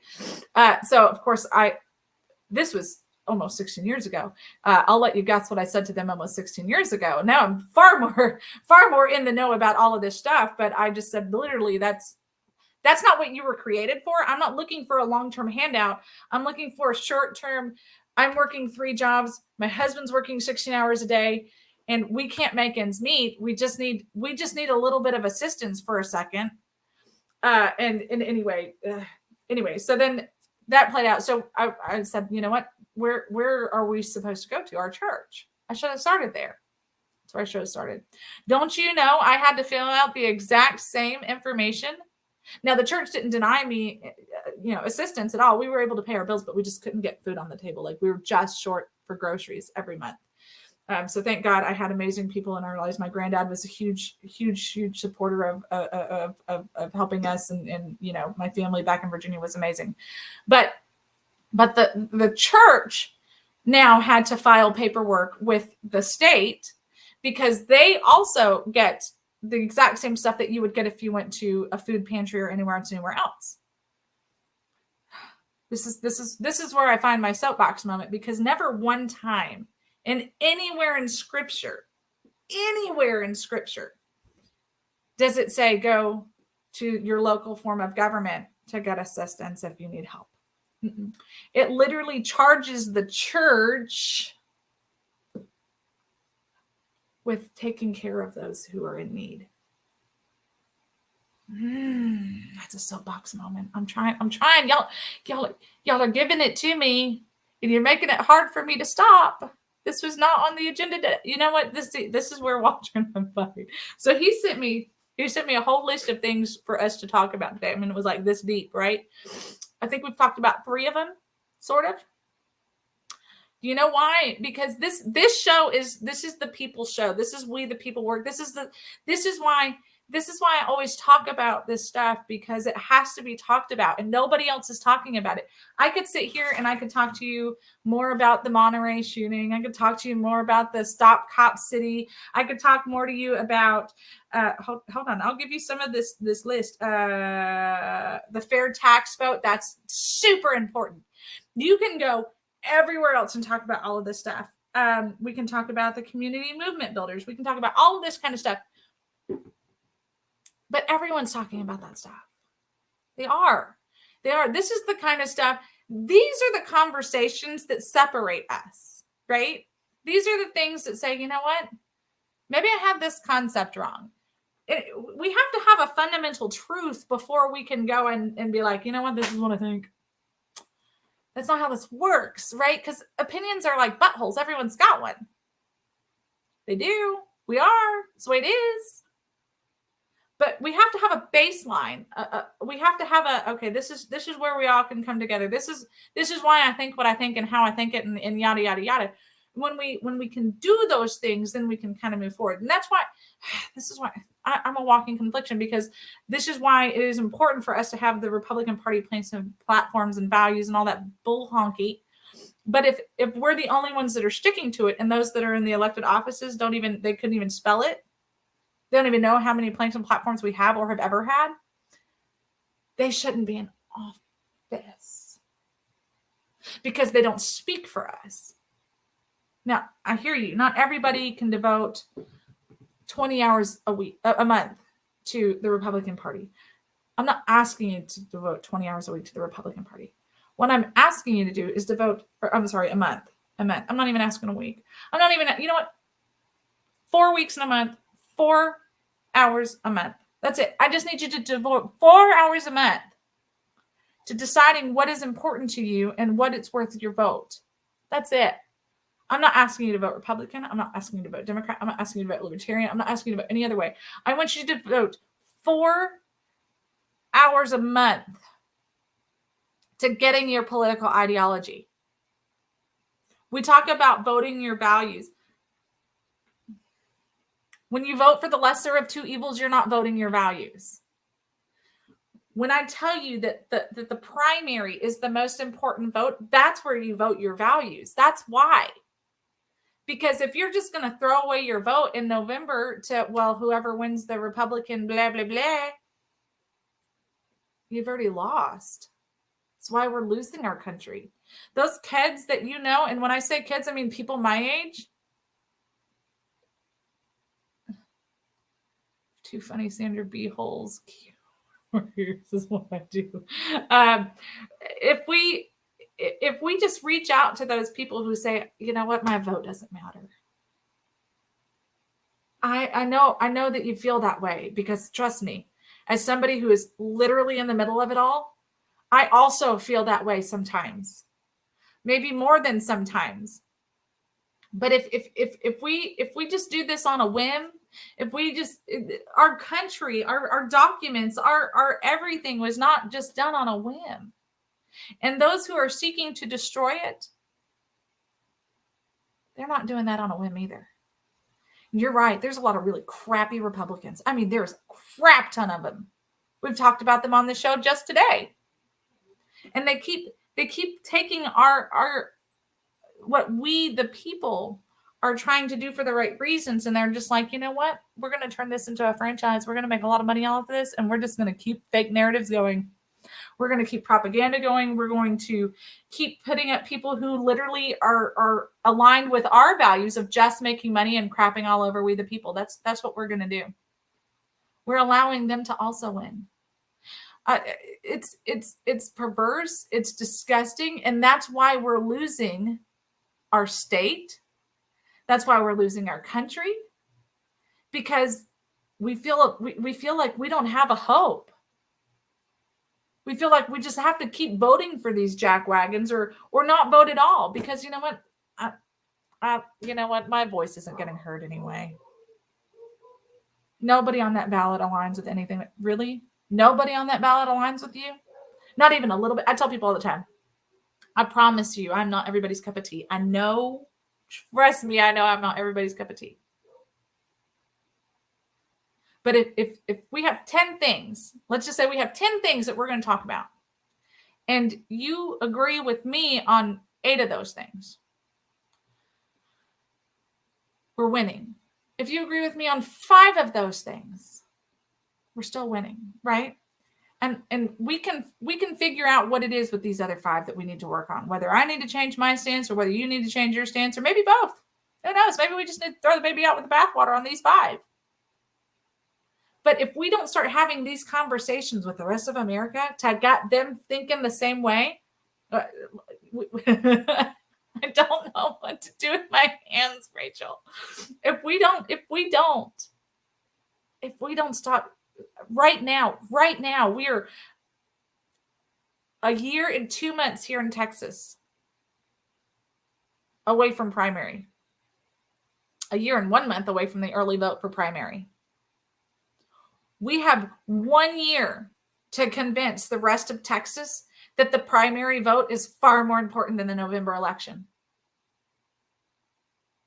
And if you're still sitting there saying, well, I know lots of people who didn't get out and vote, or maybe I didn't get out and vote because I didn't feel like they were, I didn't think my voice was going to get heard. You have a problem. Or you know who the problem is. And now, number 1, we need to pray for that problem because we need them voting. And number 2, we need to find out why they feel so hopeless so that we can fix it. I'm a lot of things, but I try to fix. I hate seeing people like. I got my duct tape all the time. Okay. We have to fix this, or we're not going to save our country. We have to fix this, or we're not going to save our Texas. Find that person who's not a registered voter. Find that person who is a registered voter and has not voted. Be like, look, some of you people will sit down and talk to them about one of these daggum Ponzi schemes like freaking Scentsy or Tupperware or whatever. We've all done it, okay? We've all done it. I've done them all, okay? Done them all. Except for Scentsy. I didn't do that. We'll sit down and talk to somebody about, hey, let's find a great way to make money. I know we haven't spoken in 20 years, but we can make money together. How about this? I know we haven't spoken in 20 years, but I saw your post on Facebook about why you didn't vote. I'm not here to talk to you about being a Republican. I'm not here to talk to you about being a Democrat. And this has to be sincere. I'm here to talk to you about, do we truly believe in we the people? Because you can't say I do, but. Because as my dad used to always say when I was a teenager, it used to drive me crazy. The second you say the word but, you erase everything you just said before it. I love the Constitution, but I'm not going to go vote. Okay, so you don't love the Constitution. You don't believe in America at all. Like not even a little bit. Because when you don't go and vote, you don't believe in America. Period. We have 1 year to get people registered to vote and to prove to them that the primary is the most important vote in the country. 1 year. That is your hashtag We the People Work movement for this year. Get people registered to vote. Teach them why it's important to vote. We don't have time to hope that something's going to change. We have to be the ones to do it. I encourage look, I'm not asking you to stand at a event for a whole hot summer afternoon with a clipboard registering people to vote. Although I need those people too. We all need those people. Every single county in Texas, every single county in the United States needs those people. They're in very short supply. But you can take 15 minutes out of your day, one day, Monday through Friday, maybe do it on your lunch break. Go to your county's registrar and say, hey, I want to become a registrar. Deputize me, do what I need to do. It's like literally one of the most super processes ever. If you can drive a car, you can become a deputy registrar. It's literally that easy, okay? Literally that easy. Then you're going to get, I don't have any with me right this second. They're in my box. You're going to get these little cards. You're going to get this little thing that says, I'm a deputy registrar for Webb County. I'm a deputy registrar for Montgomery County, blah, blah, blah County, okay? That's what you're going to get. And you have to have it with you when you're registering people to vote. And you're going to get this little certificate. You're going to explain to them what this means. I'm not registered because in Texas, we don't have, it's still open primary. So you're not registering anybody as a Republican. You're not registering anybody as a Democrat. You are registering them as a Texan to have a voice in what Texas is doing. That's what you're registering them to do. Okay, that's it. That's what you have to do. You can have some of them on your coffee table when your girlfriends come over for wine night. I know that that's still a thing. People have friends and they just do that stuff. I used to do that stuff all the time when I had time and friends. Now I don't have either. Just kidding. I got lots of friends, but now I don't have time to sit down and just have a glass of wine anymore and talk about the kids. But I know some, or you dudes, when you do your dude stuff, you can do it. I have faith in you guys. This is how we change our Texas. This is how we get rid of the people who are destroying our country and our state by doing your part. We are officially at, yes, Simon dude stuff, like when you, like when you have cigar night or poker night or whatever. When they come in for poker night, be like, look, we're not having political conversations. I'm not trying to be a Debbie Downer here. I said, yeah, I know, but Miss Patty, how often do we get to just sit around and drink wine and talk about the kids? We don't have those nights. Those nights are not in my vocabulary anymore, but other people get to do those things. Poker night, register your friends to vote. Be like, guys, I know we don't talk about this crap here. I'm not here to have a conversation with you. I'm just saying, hey, if you're not registered to vote, fill out this form and I'll make it happen for you. That's the end of the conversation. That's it. That's all you gotta do. That's it. Easy peasy, lemon squeezy. And just like that, we save our Texas. We save our country. And then you talk to him more about it. Okay. I have to go because we have Randy Purnham's show is on next and you don't want to miss it. So don't go anywhere. But I do have to end so that he can come on. Where one ends, the other begins. We'll see you guys tomorrow with John and Walt. And God only knows what other fun surprises we're going to have in store. It'll be a surprise to all of us, I'm certain. I love you guys. We'll see you tomorrow. Bye, y'all.